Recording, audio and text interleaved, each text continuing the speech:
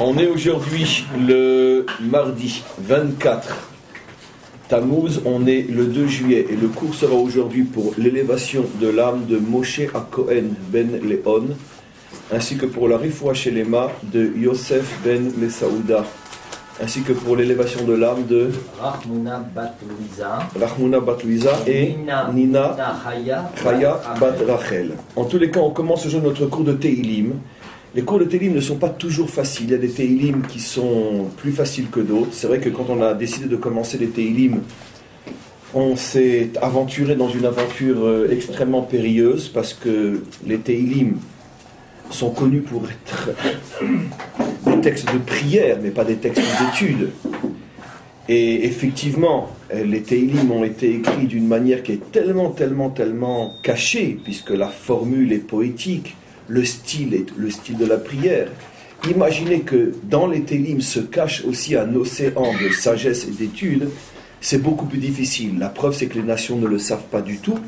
Je pense que, et d'ailleurs, je me rends compte au fur et à mesure, c'est que ceux qui parmi les nations écoutent ces cours, je pense sur le site, sont époustouflés de voir après des décennies de pratique des psaumes que les psaumes c'était autre chose qu'une prière.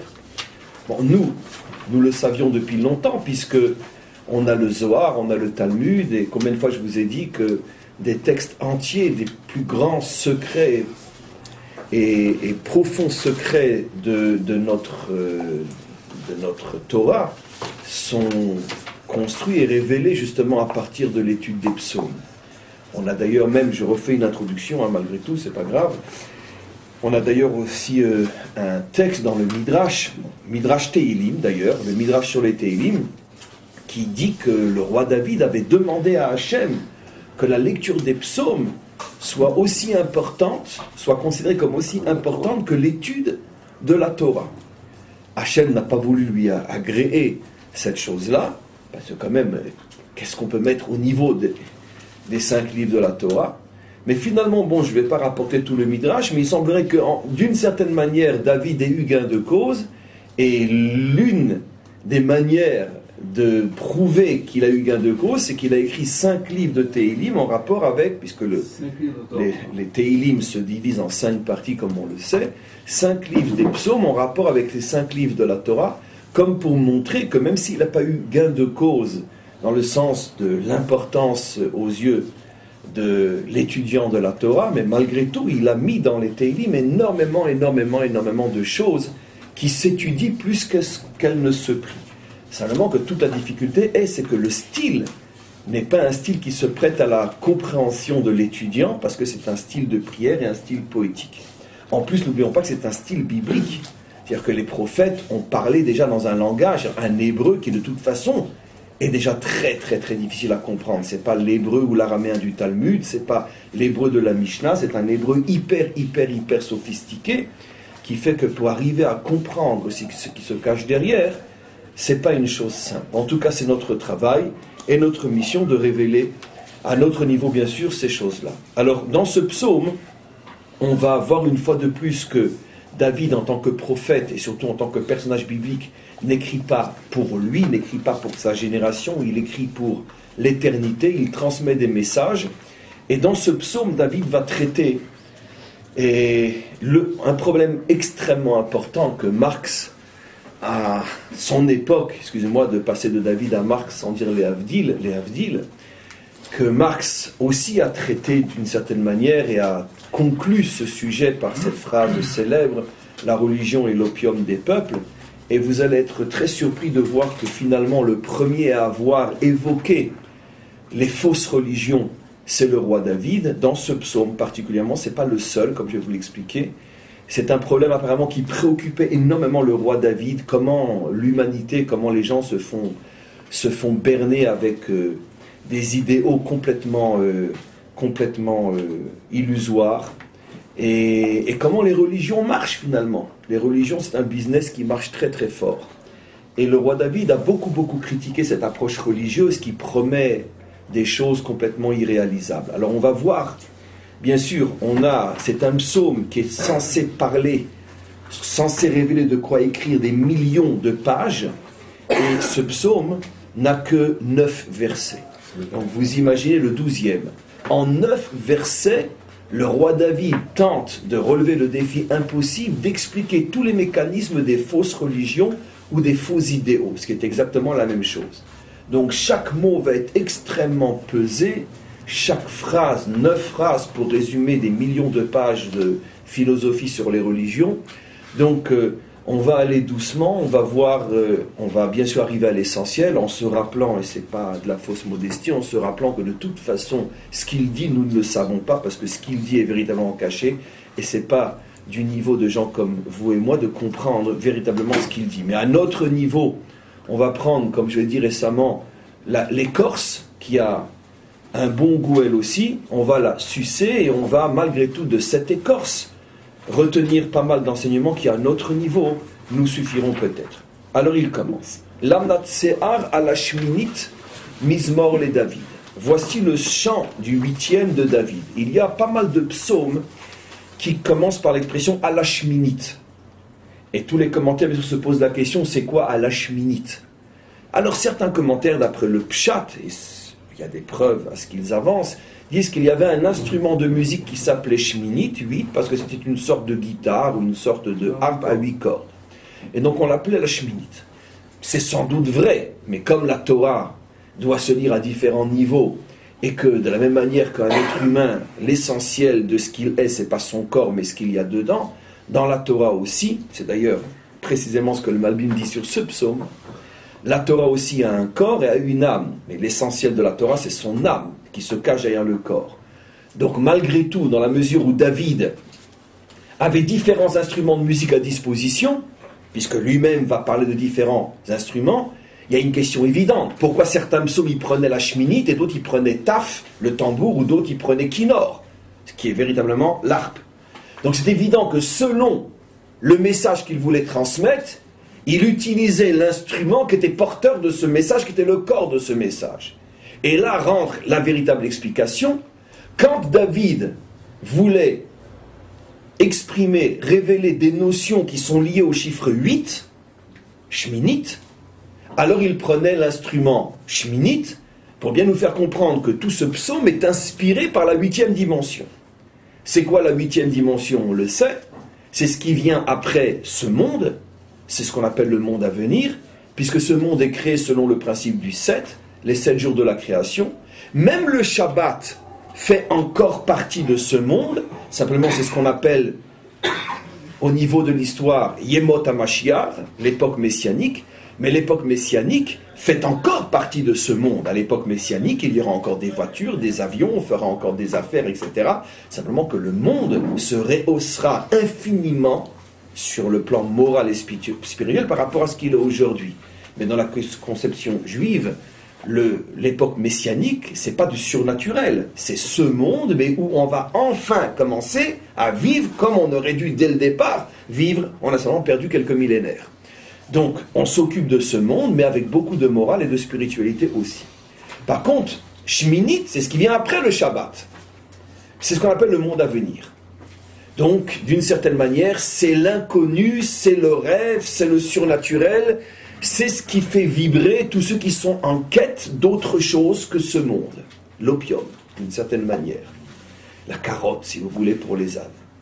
Ou le Olam Haba, ou le monde à venir pour les gens sérieux. Le problème, c'est que David Ameller va nous expliquer quand peut-on savoir qu'on parle du vrai monde à venir, et quand peut-on déceler qu'on te parle en vérité de la carotte parce que tu es un âne, ou de l'opium parce que tu es un dégonflé. Donc, c'est tout le problème que David va vouloir traiter ici. Donc, à la Shminit, encore une fois, qui n'englobe pas seulement le monde à venir, selon le langage religieux, le monde à venir, c'est aussi le monde meilleur qu'a promis Marx ou qu'a promis Lénine. C'est l'homme libéré qu'ont compromis les civilisations libérales. C'est le monde de Dieu que promet l'islam, peu importe. C'est l'autre royaume dont a parlé Esav et ses descendants, peu importe. Mais quoi qu'il en soit, Shminit, c'est la promesse qui est du style qui vivra verra. Alors comme c'est qui vivra verra, puisque c'est une dimension qui est après notre réalité, Comment on peut être sûr qu'on ne se fait pas rouler par des imposteurs qui nous promettent des choses qui ne sont que le fruit de leur illusion? Parce que personne n'a encore été jamais là-bas pour savoir si ça existe ou non. N'ayez pas peur, je suis un rabbin. J'ai un chapeau, j'ai une barbe. Et je ne fais pas semblant pour les tirer dessus, c'est une vraie. Donc c'est pas grave. On y va. L'amnatser à la Shmit Mizmor et David. Alors, Oshia Hashem, il commence tout de suite écœuré. Sauve-moi Hashem, ou plutôt sauve-nous Hashem. Oshia Hashem, mot à mot au secours.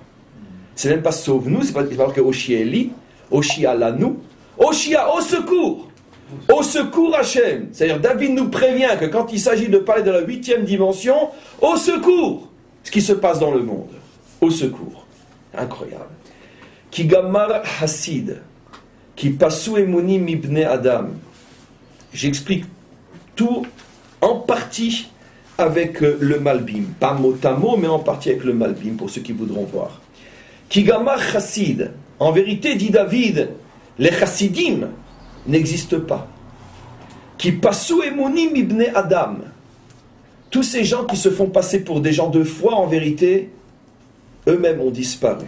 Le Malbim explique que l'intention de David est de dire, attention, ne croyez pas ce que vous voyez énormément de chassidim, énormément de emunim, emunim qui veut dire des gens de foi, amen, emuna, mais en vérité, tout ça, c'est un masque, c'est une farce.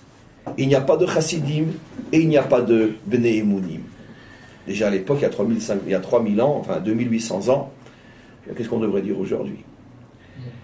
Et alors, tu affirmes quelque chose comme ça, David? Attends, c'est choquant. Parce que alors donc, ils sont où alors les chassidim et les emunim, si tu dis qu'ils ont disparu? Alors David, maintenant, va préciser, attention. Ce que je veux vous dire, c'est que là où on croit qu'ils sont, ils ne sont pas. Les définitions que le monde apporte sur ce que eux appellent le monde, ce que lui appelle les chassidim et les emunim, moi je suis venu dans ce psaume pour vous dire, arrêtez de regarder là-bas. Là-bas vous ne trouverez ni chassidim ni emunim. C'est pas là-bas qu'ils sont. Donc, David ne dit pas qu'il n'y en a pas sur terre, mais le problème c'est que la terre, le monde, ne suit que le mensonge. Quand Esav est né, au même moment, à 2 secondes avant Yaakov, comme je vous ai déjà expliqué, se trouvaient les mêmes personnes au moment des 2 accouchements. Ils sont jumeaux.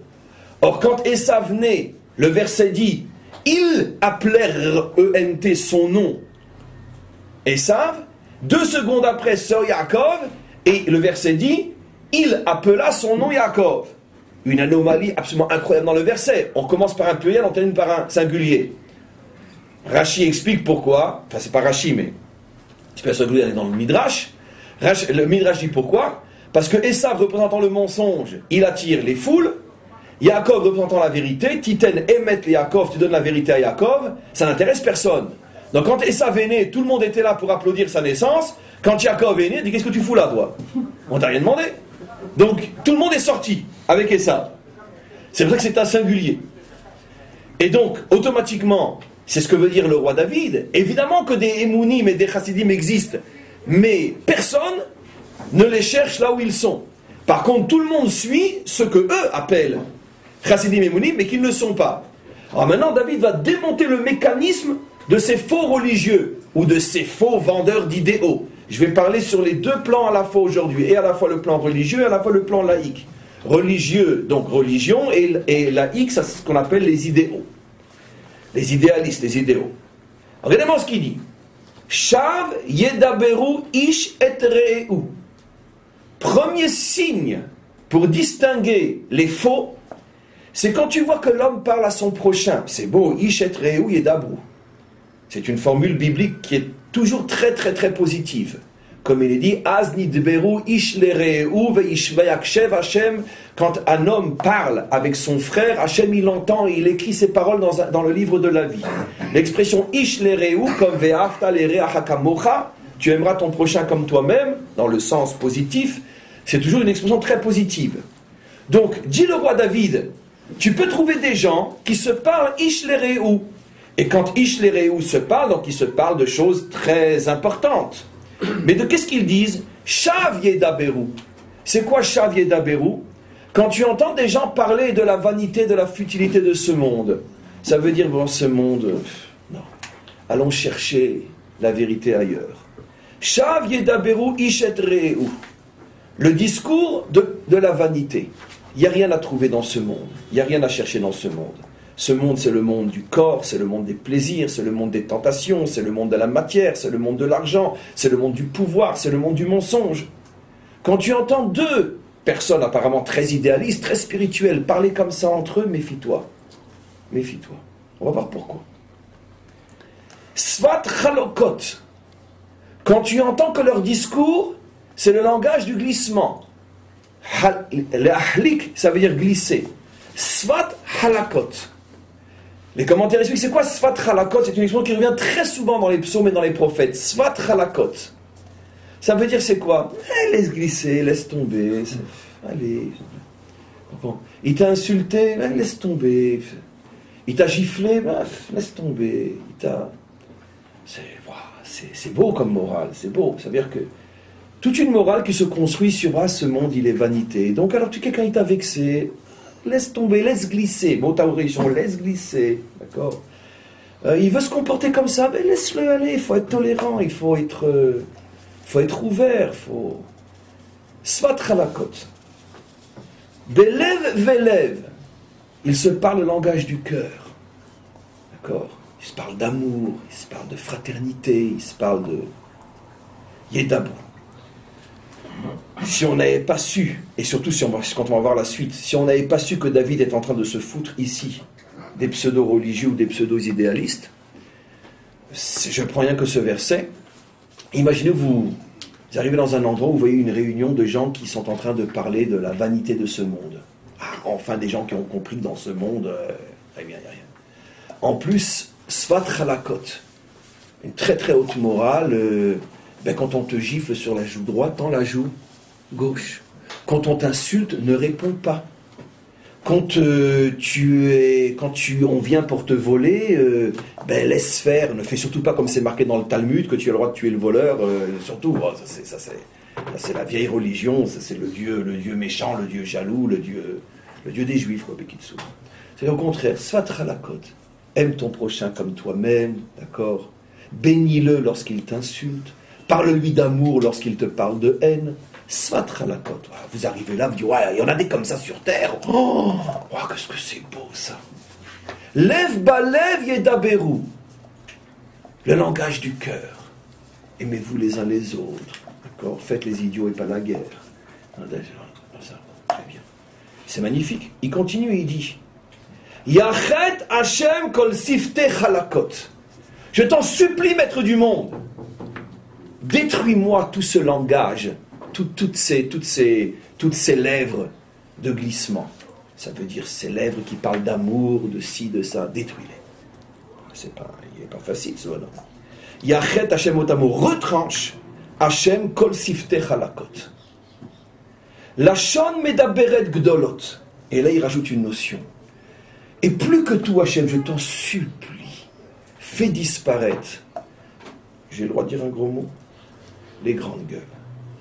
Lachon Gedolot, ceux qui parlent avec une grande bouche, les grands utopistes, les grands idéalistes, d'accord. Comme j'ai dit tout à l'heure, dans la joue gauche, d'accord. Ou bien dans d'autres domaines, le domaine politique ou celui des idéaux, la tolérance à l'extrême. Il est interdit d'interdire. Quand on amène un idéal tellement haut, tellement haut, la liberté pour tout citoyen d'avoir le droit de vivre comme il l'entend. Et pourquoi les uns auraient le droit de se marier et pas les autres? C'est une victoire pour la démocratie, disait l'autre tordu il y a 2 jours. T'as pas la démocratie. Très bien. Okay. Ça c'est Medaberet Gdolot. Évidemment c'est facile. Rien n'est plus séduisant que de grandes paroles. C'est sûr. Tout le monde est comme ça. La victoire de la démocratie. Très bien. Quelqu'un oserait lever le petit doigt et dire Et pourquoi c'est la victoire de la démocratie? Facho, ayatollah, raciste. J'ai rien dit, j'ai seulement posé la question, pourquoi on a le droit d'ouvrir sa grande gueule? C'est tout. C'est tout. Mais David, lui, il n'avait pas peur, c'était un roi. Donc lui, il s'en fout. Il dit, fermez votre grande bouche. Arrêtez de séduire le monde avec... Et le Malbi m'explique aussi, la Shon Gdolot, ça veut dire c'est placer la barre trop haut. C'est-à-dire que lorsque tu présentes aux hommes un idéal qui est inatteignable, d'accord? Par exemple, c'est absolument incroyable, j'avais l'intention de le dire demain. J'ai l'intention de le dire demain, mais je le redirai demain. Vous imaginez que notre ami, qui est de passage uniquement, parce que son nom en hébreu signifie Mikré, ça veut dire il fera que passer celui-là. Dans quelque temps, l'histoire ne se rappellera même pas qu'il a existé. Ça veut dire aussi quelque chose de plus grave, mais bon, ça je ne traduirai pas. Mais en tous les cas, il est arrivé cette semaine, d'accord, pour parler des frontières de notre pays. Le monde brûle, le monde s'écroule, à 20 km à vol d'oiseau ici, d'accord, on massacre, on coupe en morceaux des femmes et des enfants, mais le seul problème, c'est ici. Très bien. Or, la paracha de cette semaine parle des frontières de notre terre. C'est pas un miracle. C'est pas un miracle. Pas une preuve de plus. Il pouvait arriver une semaine avant, une semaine après. Dans la seule paracha de la Torah où on parle des frontières de la terre d'Israël, qui sont apparemment très différentes des siennes, d'accord, il arrive. Mais le langage est extraordinaire. D'accord. Le droit au peuple de s'auto-déterminer, deux États, une seule capitale, au contraire, mais vous ne comprenez pas. Si vous avez la même capitale, vous ne serez que plus unis, plus frères. Au contraire, vous allez être un exemple pour le monde. Au contraire, c'est le symbole de Jérusalem qui arrive à réunifier les contraires. Donc au contraire. Et puis c'est pour votre bien à vous. Vous avez besoin d'être un État juif. Donc vous devez... Mais comment tu peux répondre à ça? Dire, monsieur, les choses que je ne comprends pas. Mais tu mets ta nation en péril. Tu vas contre le projet de Jérusalem. Qu'est-ce que tu veux faire? C'est fort, c'est extrêmement fort. Quand le mal arrive à trouver les mots, les grands mots, les grandes phrases, tu ne peux plus rien faire. Séduction. Tu ne peux plus. Tu ne peux plus. Et donc c'est ce qu'il dit David. Kol yachet Hashem kol sifte chalokot. On en a marre de ce langage qui glisse. Lachon medaberet gdolot. On en a marre de ces grands idéaux qui n'ont aucune prise sur la réalité. Partage Jérusalem. D'accord? Et tu vas voir ce qui va se passer. 1 heure après qu'ils aient Jérusalem comme capitale. Comme on a vu ce qui s'est passé 1 heure après qu'ils ont eu le Gush Katif. On l'a vu. Mais là, la seule différence, c'est que quand ils tirent du Gush Katif, il y a beaucoup de terrain vague. Mais quand ils tireront de Jérusalem, c'est que les habitations. Qu'est-ce qu'on fera après? On va vivre comme des taupes planqués dans nos maisons. On continue. Asher amrou lel shonenu nagbir. Tous ces hommes qui se renforcent par la parole. Parce que parler, c'est facile. C'est facile de dire à quelqu'un, tu aimeras ton prochain comme toi-même. C'est facile de dire qu'il faut la paix, la fraternité entre les hommes. C'est facile de dire que quand on te gifle sur la joue gauche, tends la joue droite. Toutes ces belles paroles, elles sont faciles. Mais elles n'ont aucune prise sur la réalité. Le monde ne peut pas vivre à ce niveau-là. Donc, Amrou, Asher Amrou, l'Elshon Nagbir, ceux qui ne vivent que du pouvoir, Gibor, du pouvoir de leurs paroles. En français, les démagogues. Sefatenu Itanu, ceux qui disent on sait manipuler le langage. Les démagogues. Mi Adon Lanu, qui va être notre maître?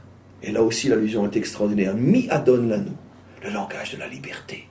Je viens vous apporter la liberté, je vais vous affranchir de l'oppression. Liberté du prolétariat, liberté des peuples, liberté de tout. On s'affranchit de l'oppression. Mi adon lanu.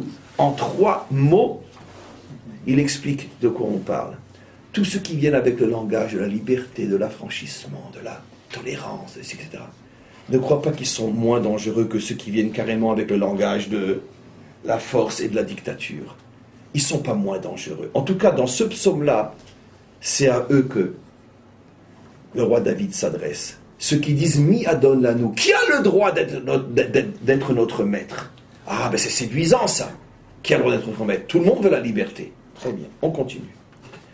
Maintenant, après nous avoir expliqué, finalement, pourquoi David disait que là-bas il n'y a pas de chassidim et là-bas il n'y a pas de imounim, tous ces gens-là en vérité sont des faux religieux et des faux croyants.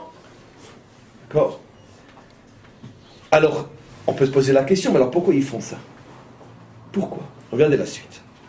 Mishod aniim. En vérité, leur intention est de dilapider les pauvres. Me'enkat evionim.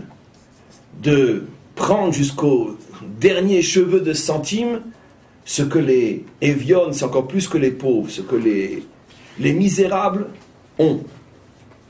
Et à ce moment-là, dit David au nom d'Hachem, Ata akum, c'est maintenant que je vais me lever, Yomar Hachem, dira Hachem, Ashit beyesha, et je donnerai la force de libérer les pauvres et les oppressés, Yafi Arlo, tout celui qui sera capable de leur cracher dessus, à tous ces idéalistes-là. Yafiar vient du mot Enapéar, voilà. Celui qui sera capable de s'opposer à eux. Mais pas, et là il y a quelque chose d'absolument incroyable, pas par le discours, parce que par le discours, ils sont plus forts que toi. Comment tu veux? Tout est déjà pensé à l'avance, ils ont déjà toutes les parades. Qu'est-ce que tu vas dire? Non, il n'est pas normal qu'un chien et une chienne puissent, dans 50 ans, avoir le droit à se marier ensemble et qu'un homme célèbre leur mariage. Dans 50 ans, sans doute, on pourrait imaginer le monde aura suffisamment évolué. C'est pas normal, parce qu'il faut malgré tout faire une différence. Ils ont déjà toutes les parades. Ils ont déjà tout prévu. Et de toute façon, tu vas te faire déchirer par les journaux, la presse, machin, on va te traiter de facho, de truc. T'es mort, t'es fini. Donc ne discute pas avec eux. Dit David, Yomar Hachem, moi Hachem je dis, Yashit beyesha, je donnerai la force de vaincre, Yafiarlo à ceux qui sont capables de leur faire. Voilà. Donc, qui a le courage? Juste bien sûr une question sur ce verset. Le Malbim et d'autres commentaires demandent qu'est-ce que ça veut dire? Ces gens-là veulent voler les pauvres et veulent prendre jusqu'au dernier centime aux misérables. Depuis quand on vole un pauvre et un misérable? Puisque s'il est pauvre et misérable, il n'a rien à voler. Et les commentaires sont extraordinaires. Mais on ne parle pas de voler des biens. On parle de voler l'espoir et la confiance. Et en ce sens, Marx avait parfaitement raison, l'opium du peuple. Qu'est-ce qu'il a le pauvre, si ce n'est que la confiance? Pourquoi les pauvres? C'est pas dans le sens physique, bien sûr, qu'on parle, matériel. Et pourquoi les pauvres qui sont, d'ailleurs comme le dit Rachi, qui sont l'ensemble de l'humanité? Pourquoi? Parce que la vie sur Terre est tellement dure, on souffre tellement, que le premier qui arrive à nous faire croire qu'un jour ça sera mieux, mais on le suit. Et donc on lui donne notre espoir, notre confiance, notre foi. Et c'est ça qu'il nous vole. Pourquoi il nous le vole? Parce que, en échange, il ne donne rien. Donc finalement David commence à donner maintenant une réponse. Pourquoi ces gens finalement sont comme ils sont? Mais c'est tout simplement une question de pouvoir. Il y a différentes manières d'arriver au pouvoir. Tu peux arriver au pouvoir par la force, une dictature, religieuse ou laïque. Tu peux arriver au pouvoir par l'argent. Tu peux arriver au pouvoir aussi par une langue de miel et une idéologie d'illusion. Maintenant, si je vous pose la question, laquelle de toutes ces méthodes marche le mieux? Eh bien, c'est la dernière. C'est pour ça que c'est contre celle-là que David s'attaque. Parce que les dictatures ne durent jamais très très très longtemps. Ou disons qu'il y en a toujours un autre qui vient et qui remplace le premier, mais ça n'a pas longue vie. C'est combien de temps un homme peut souffrir? Il finit par se révolter, il n'y a qu'à voir ce qui se passe en Syrie. Donc, ça n'a pas longue vie. L'argent, c'est pas non plus un moyen de pouvoir à long terme, parce que l'argent, il n'est pas éternel.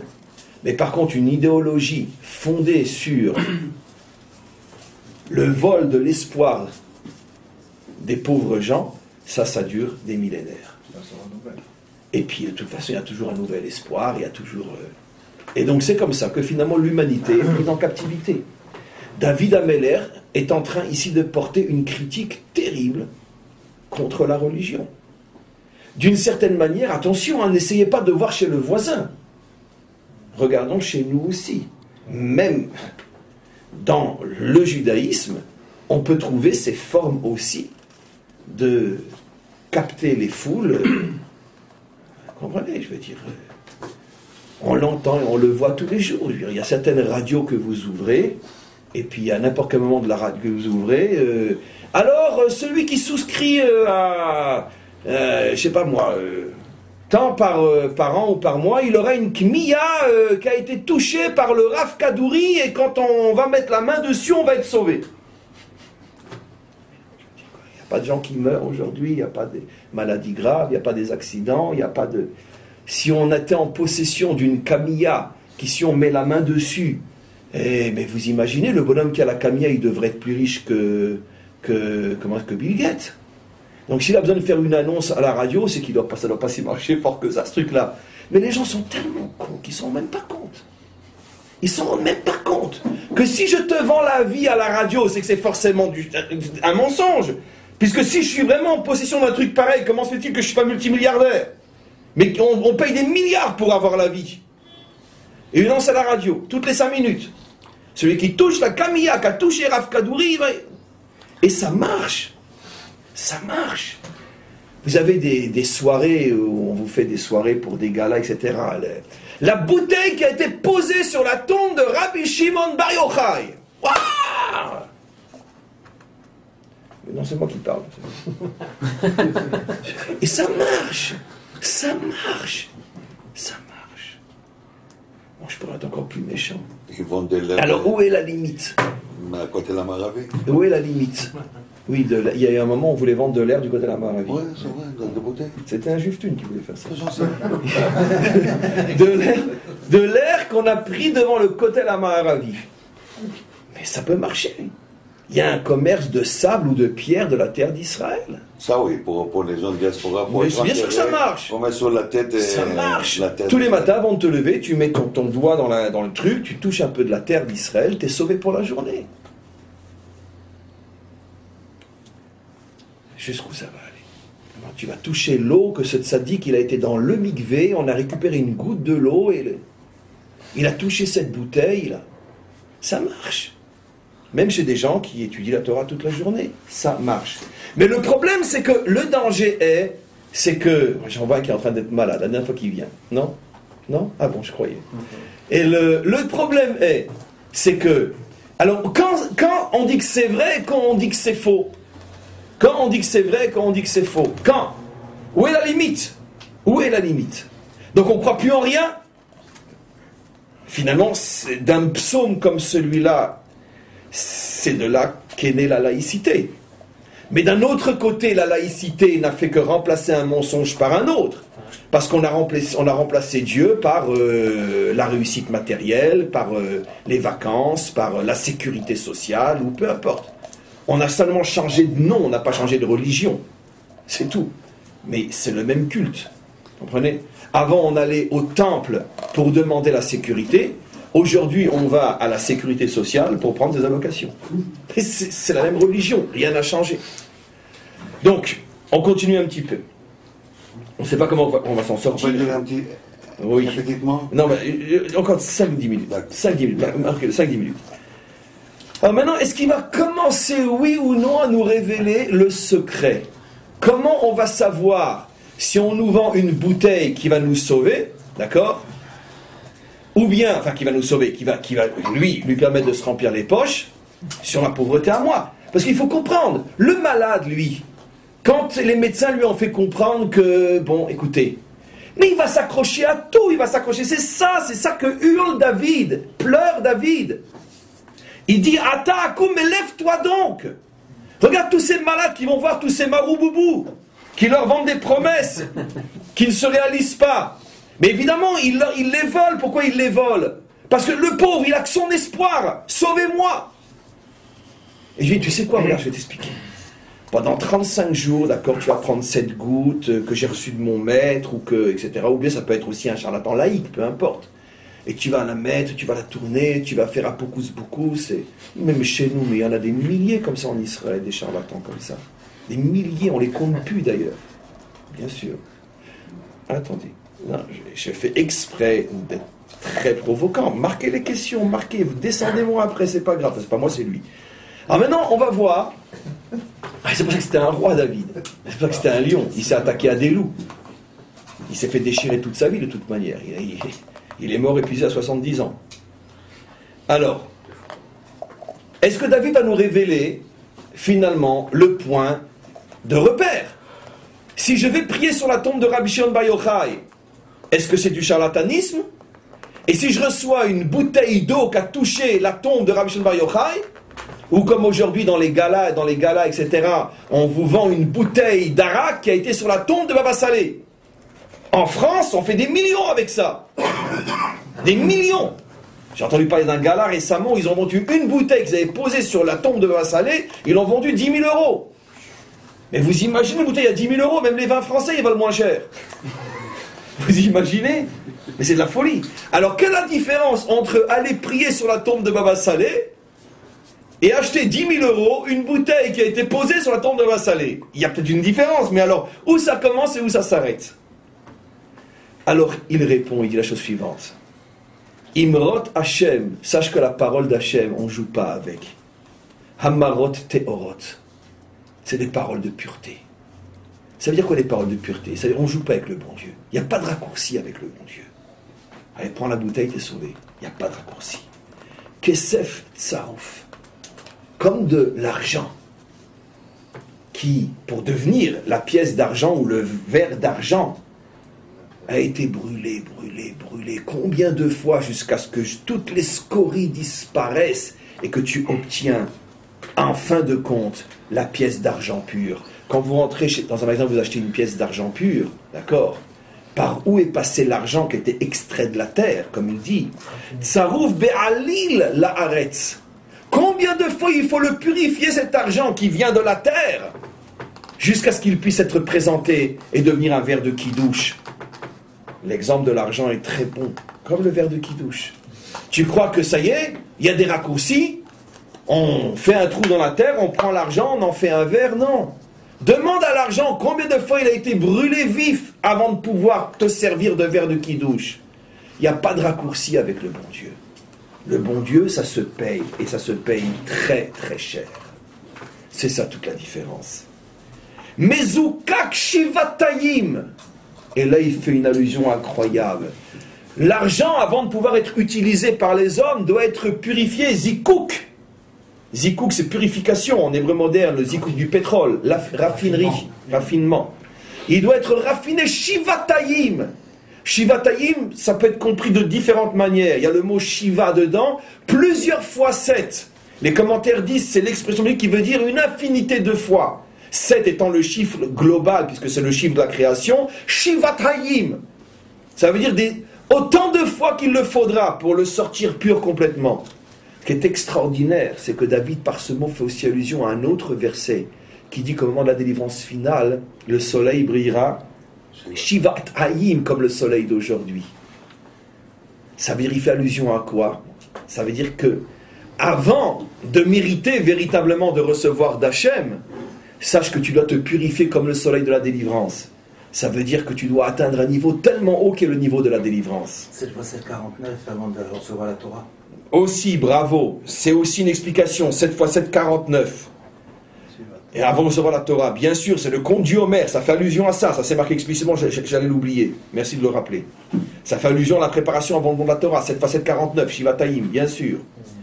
Ata Hashem, Tishmerem. Je t'en supplie, Hachem, protège-nous. La tentation est tellement grande de prendre des raccourcis pour aller vers toi. Protège-nous. Titzrenu minadurzu. Protège-nous de cette idéologie. Léolam pour toujours. Il a donné la réponse, il n'a pas donné la réponse? Ben oui, évidemment, il a donné la réponse. Parce que si tu penses que tu peux avoir un raccourci, c'est impossible. Il n'y a pas de raccourci. Des raccourcis, il y en a des milliers sur Terre, des raccourcis. Ceux dont j'ai parlé, en ce qui nous concerne, nous. Ou un autre raccourci qui est l'un des plus grands raccourcis que l'humanité a voulu prendre. Ne vous inquiétez pas, il est mort pour vous, il a pris avec lui toutes les fautes de l'humanité. Ça, c'est le plus grand raccourci jamais emprunté par l'humanité. Mais dans tous les domaines, il y a des raccourcis. Votez pour moi et tout ira bien. Dans tous les domaines, il y a des raccourcis. Dans un autre domaine aussi, je suis aujourd'hui un juif qui vit en Israël, donc je suis un bon citoyen, maintenant j'ai besoin de la Torah. La Torah, c'était quand on était en Angola, on avait besoin de quelque chose pour rester juif. Aujourd'hui, on est ici, on n'a pas besoin de la Torah. Donc ça réussira sans ça. Il n'y a pas de raccourci dans aucun domaine. Il n'y a pas de raccourci dans aucun domaine. Parce que l'homme, au départ, ressemble à de l'argent, c'est vrai, mais bourré de scories. Et combien il va devoir être passé au chalumeau avant de donner quelque chose de bien. Ce qui veut dire que toute vérité facile qu'on te présente, fous-la à la poubelle. Ça ne peut pas être la vérité vraie. Non, c'est impossible. J'avais déjà expliqué dans un autre domaine. Regardez, quand on te frappe sur la joue gauche, tends la joue droite. Pourquoi c'est la plus grande abomination morale jamais dite sur terre ou écrite dans un livre? Pourquoi ça prouve que ce sont des êtres profondément amoraux qui ont dit cette chose-là? Pourquoi? Pourquoi un juif a tout ce réflexe de dire mais ça pue? Pourquoi? Mais parce que si celui qui me gifle, je lui tends l'autre joue, peut-être que moi je joue au sein, mais lui comment je le sauve? Si je le laisse me gifler une autre fois, ça veut dire que je l'enfonce encore plus dans son mal, c'est-à-dire que je me fous de lui. Qu'est-ce que fait le juif? Tu m'as giflé, je vais te foutre un coup de poing dans la figure pour que tu ne recommences pas une deuxième fois. Et si ça ne marche pas non plus, c'est certainement pas en te tendant ma joue que ça va t'aider. Certainement pas. Et pourquoi je te donne un coup de poing? Pour que tu apprennes la valeur du mal. Parce que si toi tu n'as pas mal, tu comprendras pas ce que ça veut dire faire mal aux autres. Ah, c'est pas avec des grands discours que tu vas le sauver. Pourquoi les grands discours, ils ont sauvé le monde? Non. Donc si je me soucie de toi, la raison pour laquelle je vais me défendre, me battre et te battre, c'est parce que je veux te faire comprendre par la douleur que tu te comportes mal. Donc vous voyez comment une phrase qui est perçue comme étant de la haute morale est en vérité une perversion totale. Et ça fait 2000 ans que sont accrochés des millions de personnes à cette foutaise totale. Et c'est pour ça que le monde va si mal. Maintenant regardez. Qu'est-ce qu'il nous dit finalement? Tu es comme de l'argent bourré de scories et il faut, pour te purifier, payer le prix. Et donc c'est pour ça qu'il n'y a pas de raccourci dans le judaïsme authentique. 613 mitzvot, de très nombreux interdits, chaque chose avant de le mettre dans la bouche, est-ce que c'est cachère, c'est pas cachère, regardez la composition, etc. Le Shabbat, les fêtes, la manière de s'habiller, etc., etc. Les lois entre l'homme et la femme. Et tout ce monument de loi qui ne sera jamais accompli, personne ne pourra jamais accomplir la loi parce qu'elle est le garant de l'éternité de la morale authentique. S'il n'y a plus de loi, c'est la fin du monde. Parce que s'il n'y a plus de loi, il n'y a plus de chalumeau qui au quotidien te brûle, ou plutôt brûle tes scories. Parce que si, quand je me lève le matin, d'accord, je me permets de marcher de mon lit à la cuisine pour me faire un café, mais moi je suis un homme de foi. Non, non. Le juif se lève le matin, il fait Netilat Yadayim. Avant de prendre le café, il fait d'abord les brachot, parce qu'il est hors de question de te nourrir toi avant d'avoir d'abord remercié le maître du monde de t'être levé. Et donc il y a tout un tas lié. Après tu mets tes tzitzit sur toi, tu te couvres la tête, tu fais une bracha. Tout ce processus, c'est ça le chalumeau. Pourquoi? Parce qu'on ne me laisse pas vivre selon ma nature. Ma nature, c'est que je me lève, j'ai besoin d'un café. Non, eh bien le café, il attendra encore une demi-heure. Vous me direz, oui, mais... Eh bien faites-le tous les jours. Oui, mais... Et puis je suis dans la rue, j'ai faim et... Eh bien, tant que tu ne trouves pas de chose de caché, eh bien, tu ne manges pas. Un point, c'est tout. Tu attends. Tu attends. Il n'y a pas de raccourci. Ce sont des petits exemples. Mais dans la vie de tous les jours, c'est beaucoup plus profond que ça. Toutes les difficultés, toutes les épreuves que l'homme reçoit, c'est ça ce chalumeau pour faire de lui de l'argent pur. Et regardez maintenant comment qu'il termine. Saviv Rechaim Yetalochun. Les Rechaim, eux, ils ne font que tourner en rond. Les méchants ne font que tourner en rond. Kerum zulut levne adam. Je traduis après le Malbim. Et ils sont très forts pour vendre du zol à l'humanité. Comment on dit zol en français? Bon marché. Du bon marché. Les Rechaïm, eux, ne font que tourner en rond et ils sont très forts. Ils sont les champions de la vente de bon marché. Tati. Le pauvre. Comment? Pourquoi lui? Ben parce que c'était bon marché. Bon, pas Tati, allez. Très bien, pas Tati. Monoprix.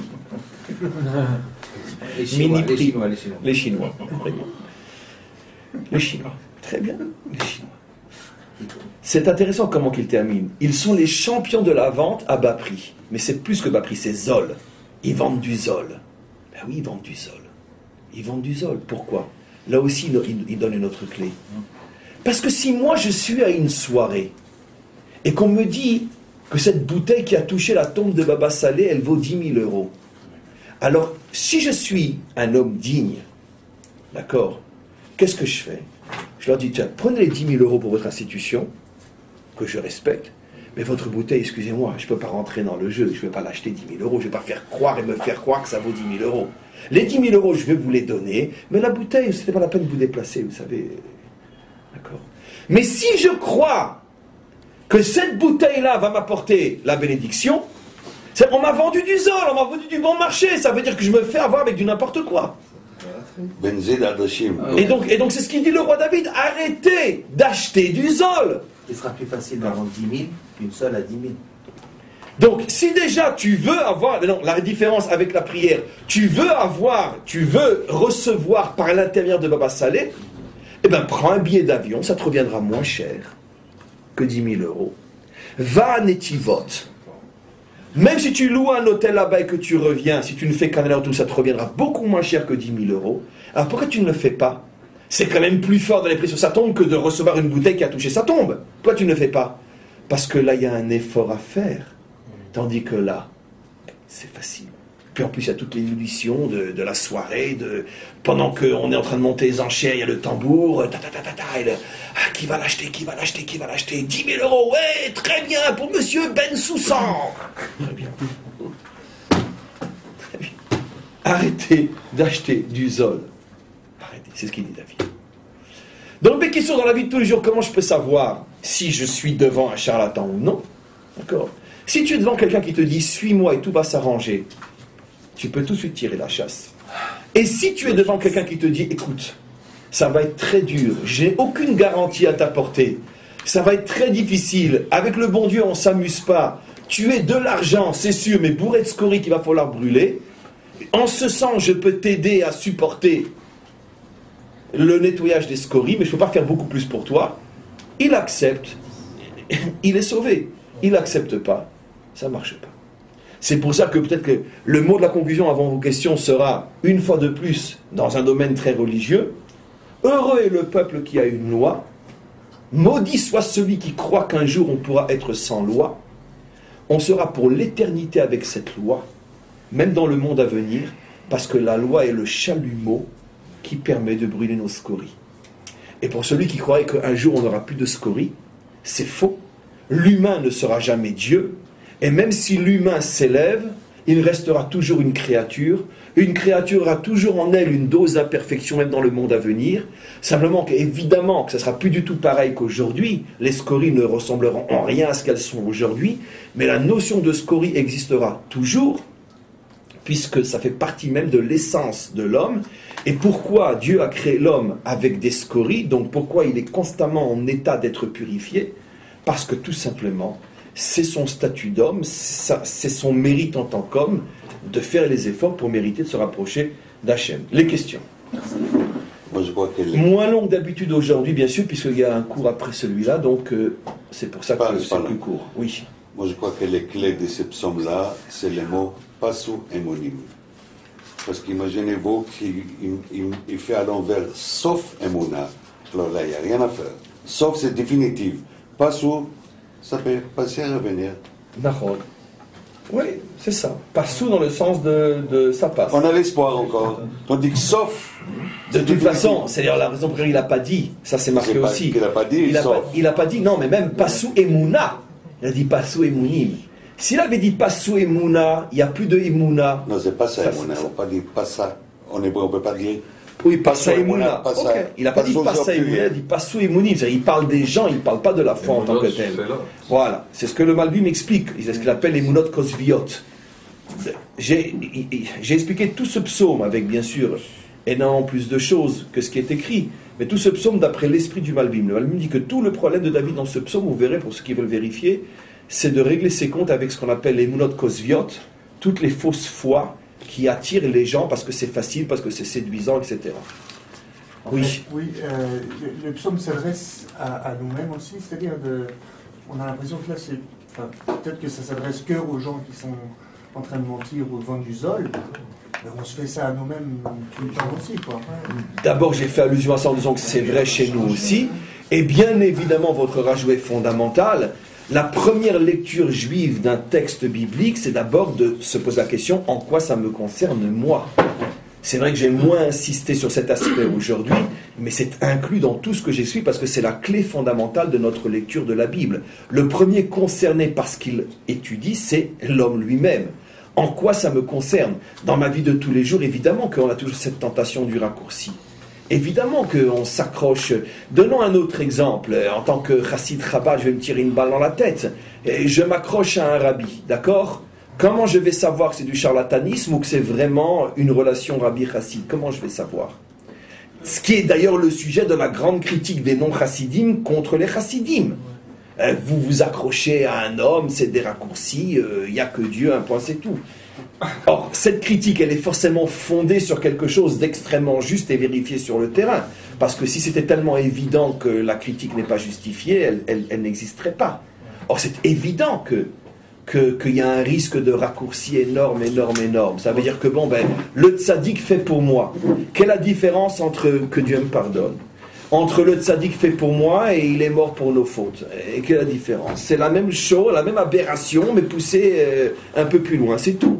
Donc, comment je vais savoir que mon attachement au tzaddik me construit et n'est pas un raccourci et une prise en charge? Comment je vais savoir?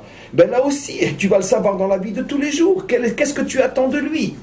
Si tu attends de lui qui te facilite ton travail, et si tu as l'impression que ton travail maintenant est allégé, facilité, etc., alors tu n'as rien compris. À titre d'exemple, mais je vais dire quelque chose que j'ai horreur de faire, parce que j'ai horreur de faire la publicité, même pour le rabbi, il n'a pas besoin de moi pour ça. C'est ce qui poussera un jour le rabbi à dire que les seuls chassidim qu'il a, c'est les shlichim. Ceux qui acceptent de partir, hommes et femmes et enfants, dans des endroits perdus pour enseigner la Torah. Il dit les autres, c'est pas mes chassidim. C'est les seuls que j'ai. Ça veut dire que n'est mon chassid que celui qui accepte de se jeter dans une jungle. Parce que celui-là, c'est sûr qu'il n'y a pas de risque qui me prenne pour un gourou. Parce que s'il est capable de vivre comme ça veut dire qu'il ne cherche pas les facilités. Donc, il a répondu à cette question. Et le rabbi, on le sait, j'aime pas trop le répéter, mais toujours avait une pointe d'humour mal placée sur tous ceux qui s'installaient autour de lui pour être proche de lui. Et une fois, il a dit carrément que si vous croyez que je suis là où on me voit, non, je suis avec tous ceux qui sont au bout du monde à enseigner la Torah. Et donc, ça veut dire que c'est une manière de se protéger du gourouisme. Je ne suis pas là pour vous faciliter la vie. Moi, mon chassid est celui qui, quand moi je suis à New York, lui, il est en Australie, au fin fond du monde, dans un endroit où il n'y a ni mikvé, ni kashrut, ni école pour ses enfants, et qui croit que la vie va réussir. Ça, ce sont mes chassidim. Bon, j'arrête de faire de la pub, j'ai horreur, je demande pardon.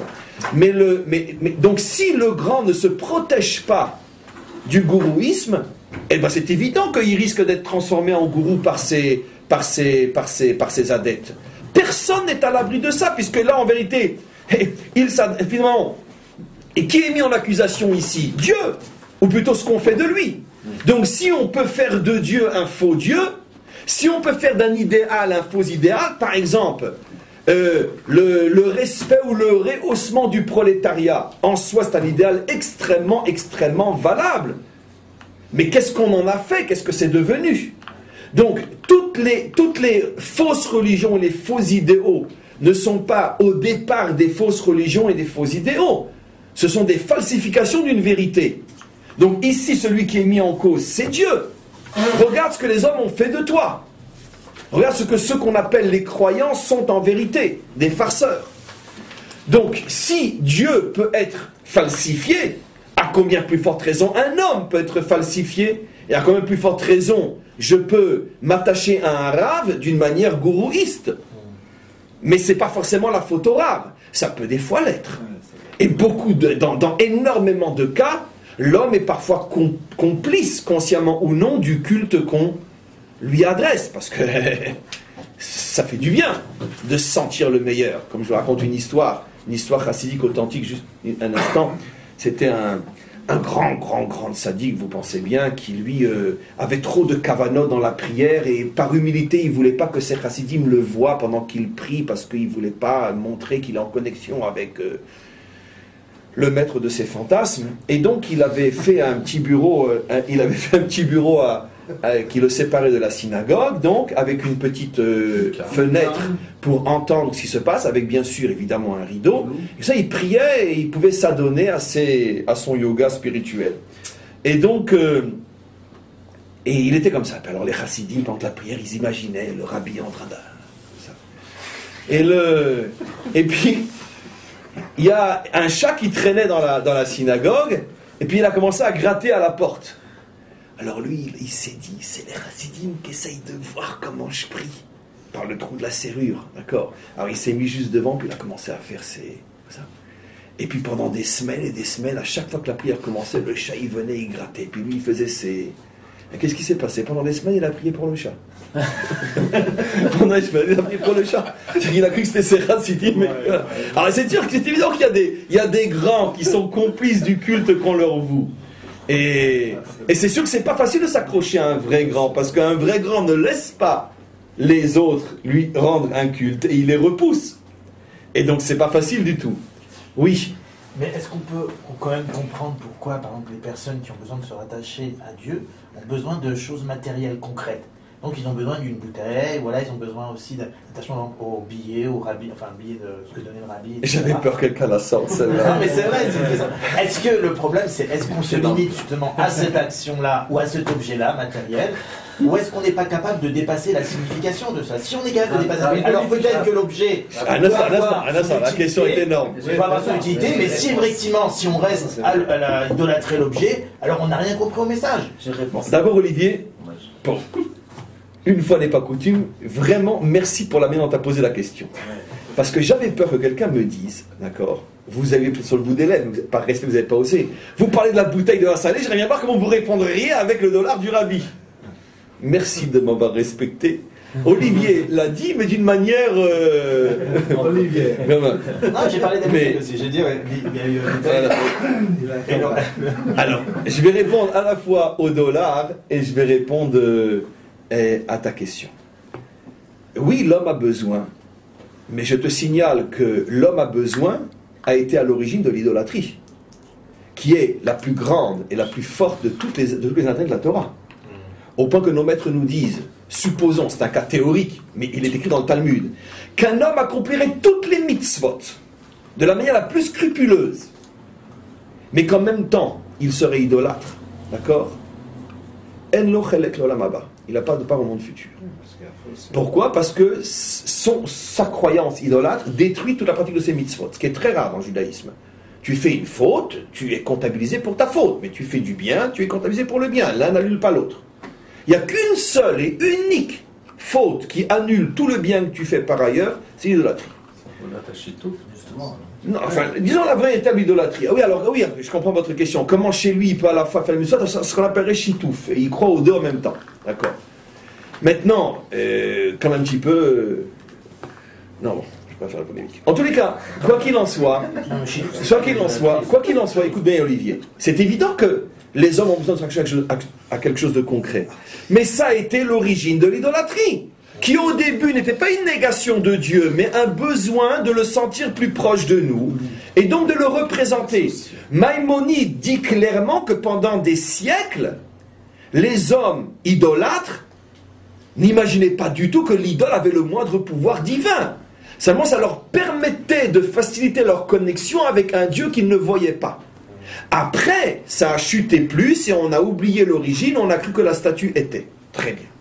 Donc, comment je te réponds? C'est pas parce que l'homme a besoin qu'on va l'autoriser. Sinon, on devrait autoriser l'idolâtrie. Donc, première partie de réponse, le besoin qu'a l'homme de vivre dans le concret ne suffit pas pour justifier l'injustifiable, entre autres l'idolâtrie. Alors maintenant, quand il s'agit de la bouteille d'un tzaddik ou du dollar d'un rabbi, c'est aussi d'une certaine manière apparemment le besoin concret de se rattacher à une force. Qu'est-ce qu'on va dire? Alors, c'est extrêmement compliqué.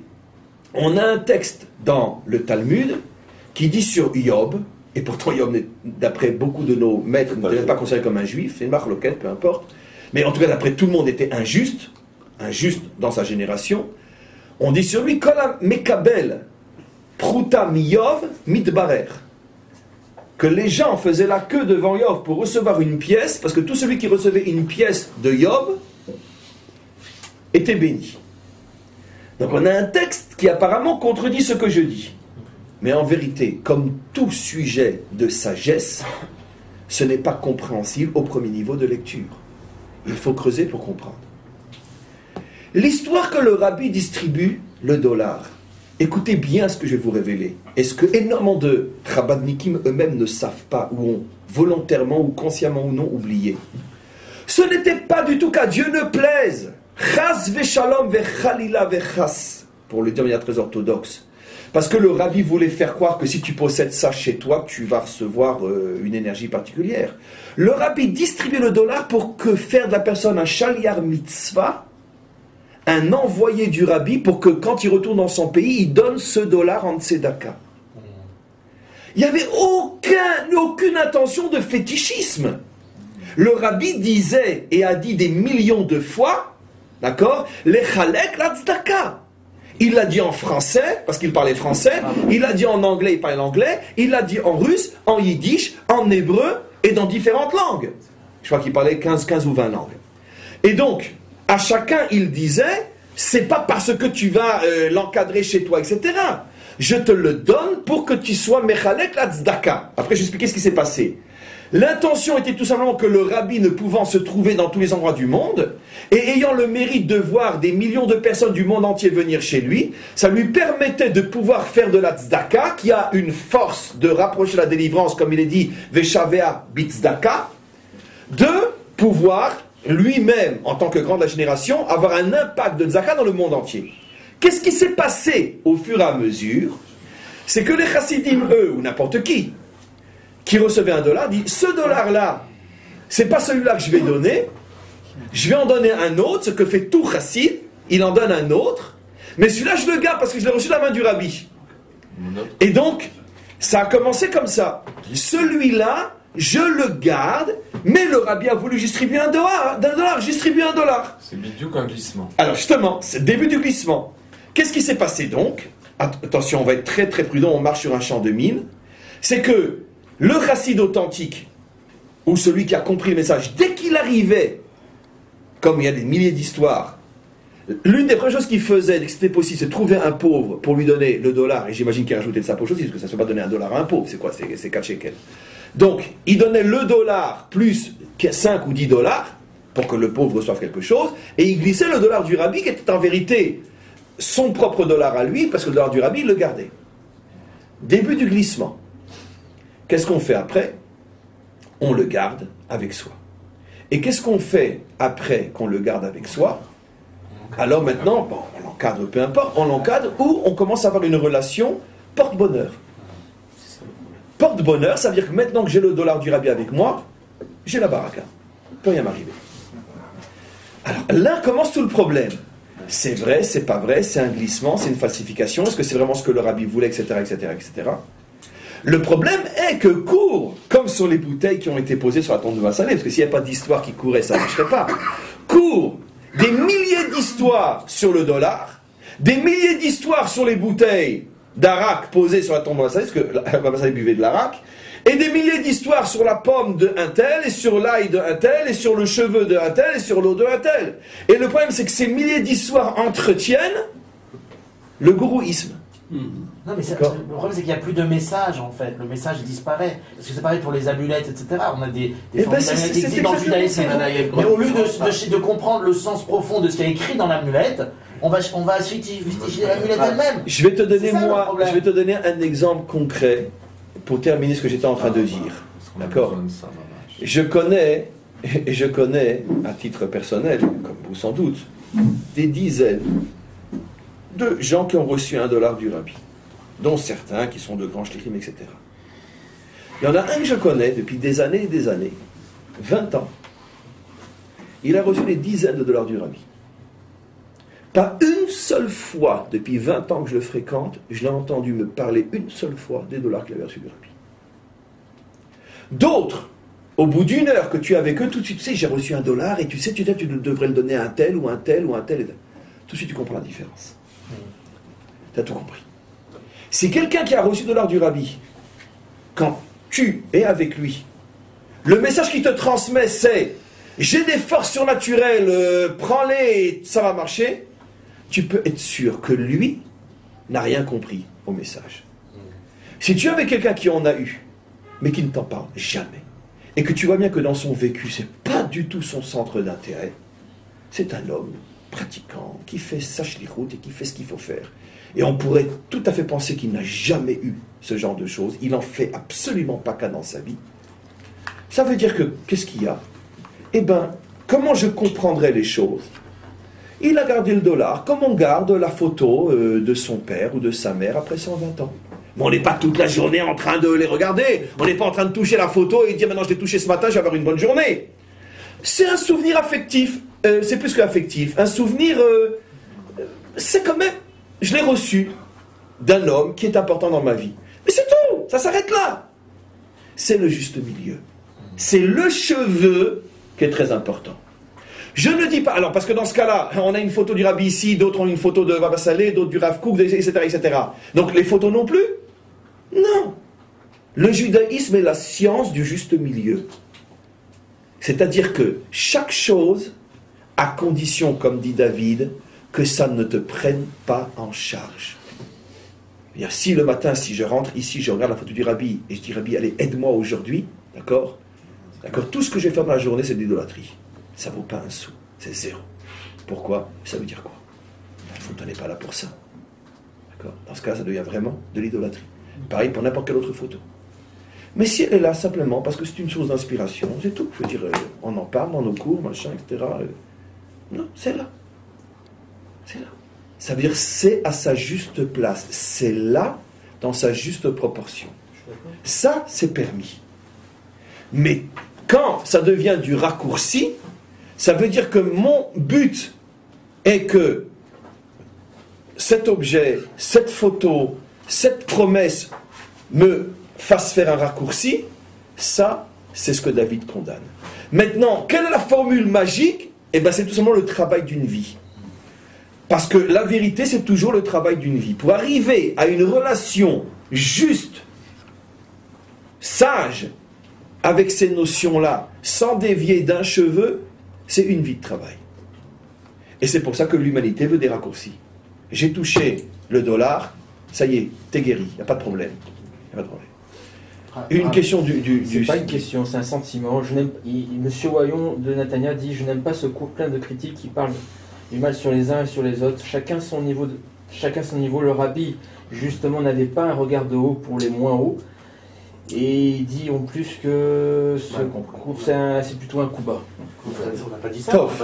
Alors, la seule réponse que je peux avoir à ce monsieur Wayon, que je ne connais pas, que je respecte, mais je suis époustouflé par cette critique. J'ai déjà, depuis 30 ans que j'enseigne, été confronté à la mal-compréhension, la mauvaise compréhension de ce que je dis, mais à ce point-là, je n'ai pas de réponse, je n'ai pas de réponse. Je n'arrive pas à comprendre comment est-il possible de transformer une parole et de me faire dire exactement le contraire de tout ce que je dis dans ce cours.